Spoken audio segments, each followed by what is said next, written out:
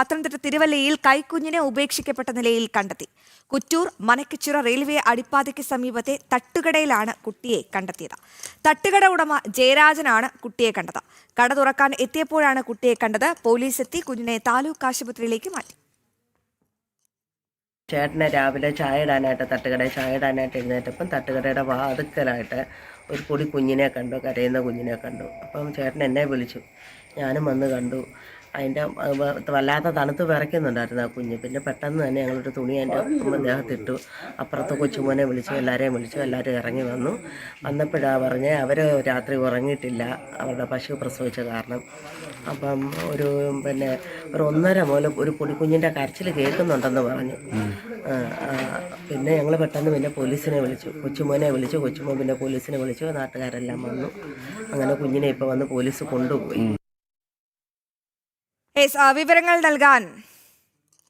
നൽകാൻ ഗോകുൽ രമേശ് ചെയ്യുന്നുണ്ട്. ഗോകുൽ, എപ്പോഴാണ് ഈ കുഞ്ഞിനെ കണ്ടെത്തിയത്? എന്താണ് വിശദാംശങ്ങൾ? പോലീസ് ഇതുമായി ബന്ധപ്പെട്ട വിവരങ്ങൾ എന്തൊക്കെയാണ് നൽകുന്നത്? നിലവിൽ കുഞ്ഞിന്റെ ആരോഗ്യസ്ഥിതി എങ്ങനെ തുടരുകയാണ്? അശ്വതി, ഇന്ന് പുലർച്ചെയാണ് ഇത്തരത്തിൽ ഉപേക്ഷിക്കപ്പെട്ട നിലയിൽ ഒരു ചോരക്കുഞ്ഞിനെ പത്തനംതിട്ട തിരുവല്ലയ്ക്ക് സമീപത്ത് നിന്നും കണ്ടെത്തിയത്.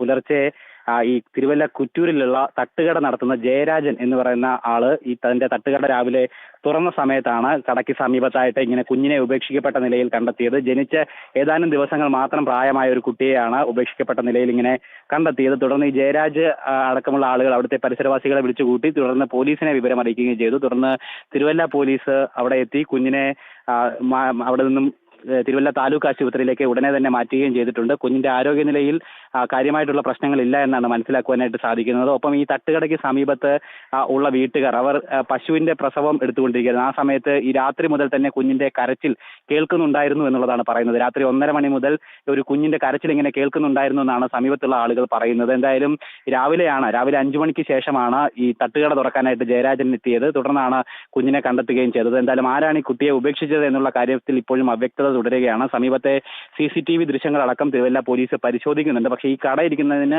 ചുറ്റുപാടും CCTVകൾ ഇല്ല എന്നുള്ളതൊരു പ്രതിസന്ധിയാണ്. അതുകൊണ്ട് തന്നെ അതിന് ബാക്കിയുള്ള ഭാഗങ്ങളിലെ CCTV ദൃശ്യങ്ങൾ കൃത്യമായിട്ട് പരിശോധിക്കുന്നുണ്ട് എന്നുള്ളതാണ് തിരുവല്ല പോലീസ് അറിയിച്ചിരിക്കുന്നത്. എന്തായാലും ആ പ്രദേശത്തെ പറ്റിയൊക്കെ വിവരങ്ങൾ വ്യക്തമാണ്. എന്തായാലും തട്ടുകടയിലാണ് ചോര കുഞ്ഞിനെ കണ്ടെത്തിയത്. നിലവിൽ പത്തനംതിട്ട താലൂക്ക് ആശുപത്രിയിലേക്ക് കുഞ്ഞിനെ മാറ്റിയിരിക്കുകയാണ്. ഗോകുൽ രമേശാണ് വിവരങ്ങൾ നൽകിയത്.